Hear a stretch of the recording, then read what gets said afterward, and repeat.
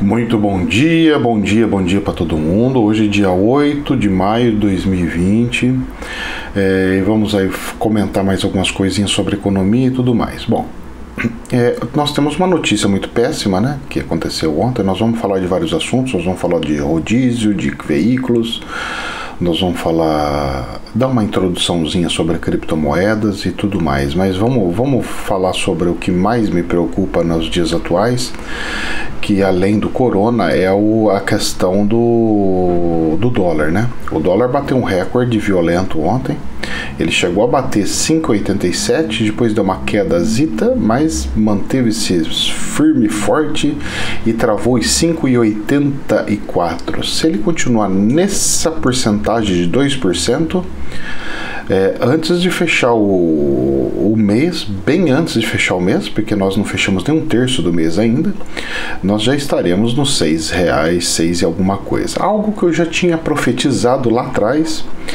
que iria acontecer isso, e de forma rápida também, exatamente do jeito que está falando aqui. E muitos me xingaram, me xingaram. Não foi nesse canal, que ainda não tinha esse canal pronto, mas foi no canal principal. Bom, isso daí é a mesma história de sempre, é um problema sério. Os investidores preferem investir em moeda porque ela tem uma liquidez real, e se eu precisar comprar ações de qualquer outro planeta, facilita a minha vida, etc, etc, etc. Então nessa situação, a questão dos dólares, por exemplo, ele está sendo como se fosse algo de investimento, né? Algo de fuga. Por quê? Porque abaixou a Selic, gente.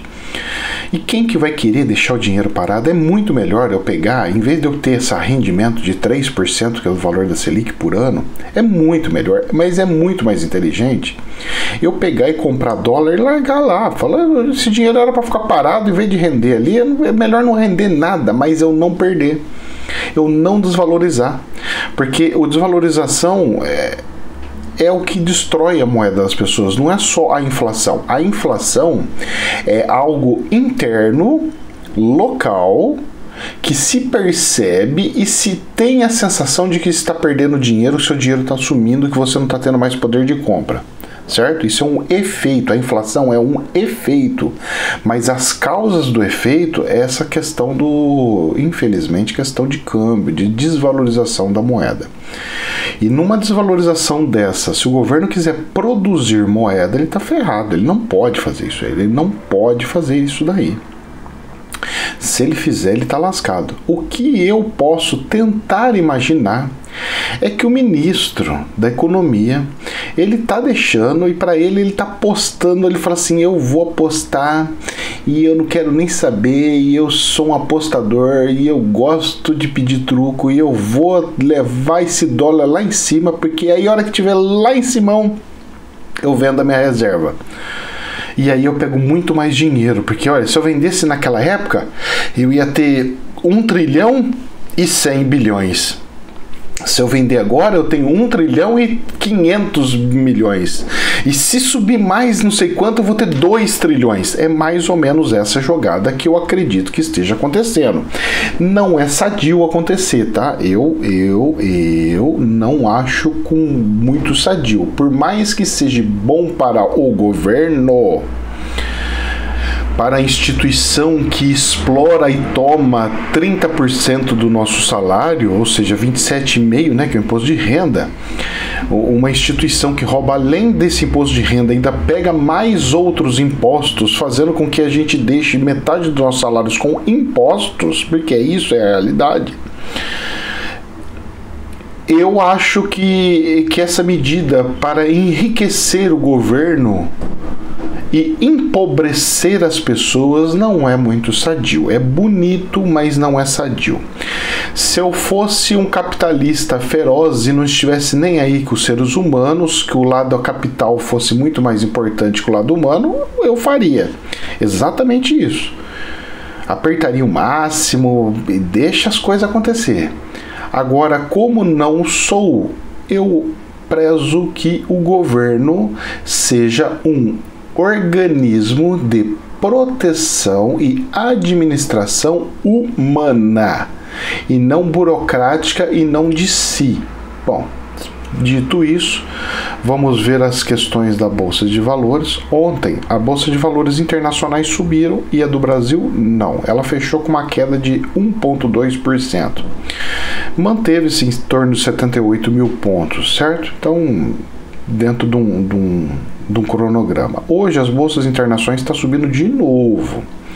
E mesmo subindo de novo, vamos ver o que vai acontecer. Ontem, eu vi o presidente da República ele falando sobre e levando alguns empresários, inclusive junto com o ministro e tudo mais, lá no Supremo. E aí a mídia pega e mete porrete, fala onde se viu, o que é isso, tinha que evitar, não sei o que. Mas, meus queridos, eu entendi a mensagem que o presidente quis dizer. O presidente está querendo trabalhar, mas ele não consegue executar porque o legislativo o trava nas suas execuções. Ele é o executivo, mas o executivo não consegue executar. O outro é o judiciário, mas o judiciário está legislando, ele está fazendo um papel como se fosse do legislativo, que também acho que não deveria fazer. Então, tipo assim, tem que todo mundo sair para a rua. Aí chega lá o ministro e fala assim, não, essa decisão não compete ao federal. Não, essa decisão compete ao federal, mas também aos estados e municípios, como as leis. Então, uma lei municipal, ela é forte, ela tem poder até surgir uma lei estadual que fala o contrário e dita a regra, porque ela é mais forte do que a municipal. E até surgir uma federal que fala que é mais forte e assim por diante. Então, o governo federal, ele é soberano sobre tudo e todos. Ok? Ele é soberano sobre tudo e todos. Então, eu entendi o recado dado. Se foi bem feito da forma que foi feito, se foi errada, eu não sei. Me parece que os empresários não sabiam do que o presidente da República gostaria de fazer de fato. Isso eu acho errado, porque as coisas devem ser muito bem claras, muito bem explicadas, para se evitar problemas como se fossem armadilhas, né? Então o presidente fez, essa foi uma saída que ele poderia ter feito? Foi uma saída que ele poderia ter feito. Existem outras saídas? Existem outras saídas. Ele poderia pegar e falar numa questão de live, ele poderia falar numa outro tipo de situação, sei lá, em que ele pega e explica de fato o que está acontecendo, que pela lei o municipal deveria mandar X, depois vem o estado, depois, porque é assim que funciona a legislação do nosso país, é assim que funciona. Então, assim se espera que dê essa cadência. Então, eu acredito que essas questões políticas foi como um aviso e não como uma medida de fato, porque ele está com os braços travados e queria resolver isso daí. Bom, ponto. Beleza. Não foi isso que afetou as bolsas, não. O que eu acredito que afetou a bolsa foi a questão da Selic. Mas é engraçado, né? Porque normalmente, sempre quando você dá a Selic, você abaixa a Selic, você aumenta a liquidez. Então agora as empresas vão pagar menos juros, então sobra mais dinheiro para elas e elas crescem. E não foi esse o efeito que deu. Por quê? Porque não tem dinheiro nos bancos. Eu tô falando, fiz vídeo ontem. Não tem dinheiro nos bancos. Os bancos não têm dinheiro para emprestar. Os bancos não têm dinheiro para emprestar. E olha as bizarrices que está acontecendo na Bolsa de Valores. A Embraer, você lembra que eu falei da Embraer? Eu peguei de exemplo, depois eu fiquei com aquele negócio na cabeça. Eu falei, deixa eu dar uma pesquisada mais profunda e verificação das ações da Embraer e tudo mais. Se eu pegar as ações da Embraer e multiplicar pelo valor que ela tem hoje, ela dá menos que 6 bilhões de reais. 6 bilhões de reais. Se eu pegar toda a quantidade de ações que ela tem, multiplicar pelo valor dela que está na bolsa, ela vale 6 bilhões na bolsa de valores para comprar hoje. Ela tem no caixa, na conta corrente dela, 10 bilhões. Olha só que engraçado. Até falei com meu irmão, falei assim, mano, Vamos pegar emprestado uns 6 bilhões no banco, vamos comprar a Embraer e a gente pega o próprio dinheiro dela, no caixa dela, e paga a dívida do banco. Pronto, comprei uma empresa sem gastar, ainda ficou com 4 bilhões para mim, dar uma zoada. E mais um mundo de estrutura, um monte de avião construído, um monte de coisa. Nós estamos nesse ponto. Os especialistas e as pessoas que mexem com bolsa de valores, eles não fazem cálculo, gente. Jamais uma coisa dessa, isso daí é um absurdo do absurdo. Eu já vi casos assim com imobilizado, que você faço pela contabilidade, eu pego os cálculos das pessoas, das empresas, vejo o valor dos imobilizados e vejo qual que é o valor das ações. Eu falo, opa, ela tá barata para comprar, pode comprar, porque se ela falir, eu vendo imobilizado e eu tenho o valor dela maior do que, vocês estão entendendo? Então ela pode falir que eu não perco dinheiro. Seria mais ou menos isso aí. E nesse caso específico, então é uma coisa surreal. É uma coisa assim que não tem explicação. Então cara, vem comprar ela. É óbvio que vai aparecer alguém que vai chegar aqui e vai falar que quer comprar. Só que tem um detalhe, né? Quando alguma empresa muito grande vem querendo comprar, ela não consegue simplesmente chegar e vou falar assim, vou comprar. Ela tem que ir comprando. Então eu acho que deve ter algum movimento sobre tal e alguma situação como tal, porque está uma coisa surreal.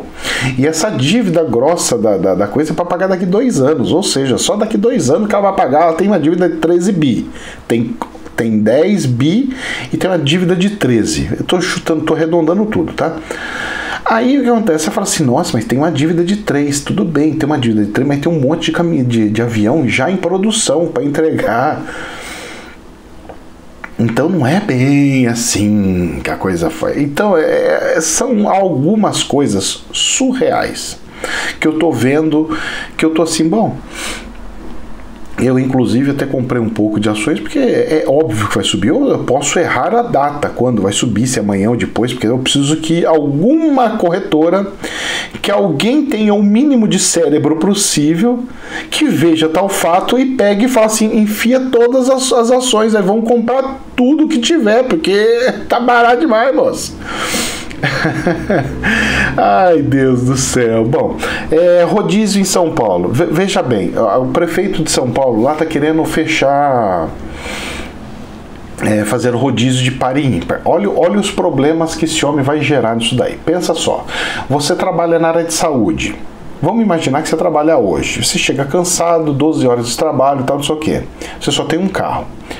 Aí você chega, você vai ter que ser obrigado a fazer compra nesse dia, porque se você deixar para o seu dia de folga, a placa já não pode deixar você sair para fazer compra na sua casa. Oh, meu Deus do céu! Esse é um dos problemas. Segundo problema, muitas pessoas da saúde trabalham em horário de 12. Pessoas da segurança pública trabalham em horário de 12 por 24 por 48. Muitos profissionais de segurança trabalham a 12. Então, o que acontece? 12 horas de trabalho, e normalmente, essas 12 horas de trabalho, vira madrugada, vira de um dia para o outro, sempre vira de um dia para o outro. É muito raro o cara entrar 7 da manhã e sair 7 da noite. Ele sempre entra 7 da noite e sai 7 da manhã do outro dia, ou coisa assim do gênero, entra meio-dia, sai, sabe? Sempre entra num dia e sai no outro. Se for para o ímpar, o cara vai porque ele pode ir com o carro, depois ele não pode voltar, porque senão ele toma uma multa. Porque um dia par, outro dia é ímpar. Gente, é assim, algo tão impensado, é uma decisão tão irracional, no meu ver, é uma decisão tão pobre, tão mesquinha, tão danosa para quem está trabalhando para proteger a vida da gente. Então o caminhoneiro não vai poder mais alimentar São Paulo. Olha, eu não vejo isso nada, mas nada com bons olhos. Eu vejo isso como o maior desastre que vão fazer, mas tudo bem. Eu achar alguma coisa e de fato acontecer são coisas diferentes, mas vamos ver os frutos que vão vir logo ali em seguida. Bom, para encerrar, vamos falar um pouquinho sobre criptomoeda. Eu vou ver se eu volto mais vezes sobre a criptomoeda chinesa, porque tem bastante gente que está perguntando como é que funciona. Bom, a criptomoeda chinesa é o seguinte, ela está sendo criada e feita para não se fazer câmbio com dólar. Então vamos lá, uma explicação. E tá certo, viu? Eu acho muito boa a iniciativa da China. Veja bem, a China está sendo muito inteligente, por sinal. Eu posso não gostar da China, mas eu tenho que ver, eu tenho que dar os méritos para aqueles que sabem jogar jogos de tabuleiro, né? Bom, é o seguinte, hoje se o Brasil comprar ou vender algum produto na China, o dinheiro do Brasil é real e o dinheiro da China eu vou chamar de chino, tá? Que é mais fácil de falar, moeda chinesa. E o que eu tenho que haver dólar no meio do caminho? Pois bem, hoje eu sou obrigado, a China é obrigada a converter em dólar e de dólar converter em real, ou seja, eu tenho 2 câmbios para fazer numa compra e 2 câmbios para fazer numa venda. Só nisso eu tomei no nariz, porque a diferença de compra e venda eu tenho uma porcentagem, que é a margem de lucro das corretoras, e etc, etc. Beleza, muito bem. Vamos tentar entender o que a China quer fazer com a criptomoeda. A criptomoeda, vamos lá, vou dar o exemplo da Bitcoin, tá? O Bitcoin, e você, qualquer lugar do planeta, você não precisa converter a sua moeda para o dólar e depois comprar o Bitcoin. Você compra e a cotação, ela é em dólar, mas ela não significa que eu tenho que comprar o dólar e vender o dólar. Ela só usa de referência. Vocês lembram que eu já peguei e falei assim, eu achava legal que ter referência seria a média do valor do ouro, com o valor da prata, com o valor do... e etc, etc, etc. Beleza. Depois, o que acontece? A Bitcoin, isso foi no início. Depois, a Bitcoin, ela pega e faz com que fosse igual bolsa de valores. Conforme você quer comprar, o valor aumenta, conforme você quer vender, ele abaixa, porque tem um limite de quantidade. Perfeito. Mas por que eu sempre vejo a cotação dela em dólar? Porque é moeda de referência, mas não significa que você está comprando ou vendendo, só para você saber quanto que é. Podia ser o ouro, por exemplo, de referência, mas é uma moeda de referência. Beleza. Então, o que a China quer fazer? Vamos usar uma moeda virtual, porque você compra algo virtual meu e eu vendo algo virtual. E no fim do mês eu fecho o balanço. Quanto que eu comprei, quanto que eu vendi. E pago para você. Então eu não preciso cambiar, tipo assim, ó. Eu comprei do Brasil vamos falar menos valores, que é mais fácil de entender. Eu comprei do Brasil 100 mil reais de produtos. E o Brasil comprou da China 80 mil reais de produtos. Então eu teria que pegar 80 mil reais e colocar lá, certo? Converter o câmbio e transformar o câmbio. E a outra parte teria que pegar e os 100 mil eu teria. Então ele teve um movimento de 180 mil em câmbio, certo? O que acontece com essa moeda virtual? Brasil, eu compro 80 mil de Bitcoin e essa pessoa compra 100 mil de Bitcoin, ok? Maravilha. Aí o que acontece? Ele pega e faz o câmbiozito e vai falar assim, ó, processou, tiro daqui, manda, é como se fosse uma conta corrente, tem conta para pagar, então ele vai, põe, chega no final do mês, eu vejo quanto que sobrou, fala, olha, meu lucro deu tanto. Beleza, aí desse lucro ele pega o dinheiro dele de volta. Aí ele vai converter em dólar a diferença, os 20 mil, de 80 para 100, que é o lucro. Aí ele faz o câmbio e fala assim, toma aqui, toma em dólar, então você agora tem dólares, aí eu compro o dólar e vou pagar lá. Seria algo como um balanço virtual. Eu vejo a criptomoeda chinesa como um balanço virtual para negociações internacionais. Agora, para locais, de fato, é uma tendência de se converter a moeda para uso diário e corriqueiro. Mas eu acredito que antes disso acontecer, eles vão trabalhar com a parte internacional, porque é o mais forte do país deles, né? Esse câmbio de compra e vendas, né? E eu acho que é bem capaz da China ditar algumas boas regras mundiais por essa situação e diminuir cada vez mais a dependência de compra de fato de moeda dólar, por exemplo. tá ok? E tem outras coisinhas que andam acontecendo no mercado, mas por hoje é só, pessoal, como dizia o desenho animado. Tá bom, gente? Que Deus abençoe, jamais a verdade absoluta. Namastê.